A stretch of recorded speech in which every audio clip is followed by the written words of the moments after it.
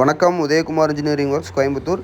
இன்றைக்கி ஆயுத பூஜை கொண்டாடும் அனைத்து உள்ளங்களுக்கும் ஆயுத பூஜை நல்வாழ்த்துக்கள்.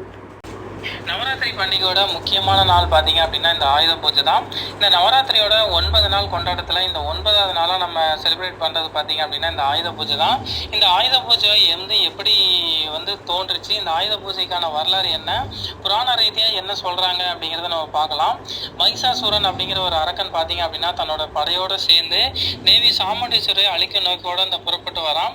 இந்த மகிஷாசூரனோட செய்ய இந்த அக்கிரமங்களை பார்த்து இந்த தேவியை பார்த்தீங்க அப்படின்னா துர்க்கை அவதாரம் எடுக்கிறாங்க. இந்த துர்க்கை அவதாரம் எடுத்து தன்னோட கூர்வால் போன்ற ஆயுதத்தால மகிஷாசூரனை வதம் செய்கிறாங்க. 8 நாட்கள் கழித்து இந்த 9வது நாள் பார்த்தீங்க அப்படின்னா நவராத்திரியோட 9வது நாளில் இந்த மகிஷாசூரனை வதம் செய்கிறதுனால நம்ம ஆயுத பூஜை கொண்டாடுறோம் அப்படிங்கிற மாதிரி புராணங்கள் ரீதியாக நம்ம சொல்கிறாங்க. மேலும் உங்களுடைய தொழில் வளர்ச்சி அடைய இறைவனை வேண்டுகிறேன். நன்றி, வணக்கம்.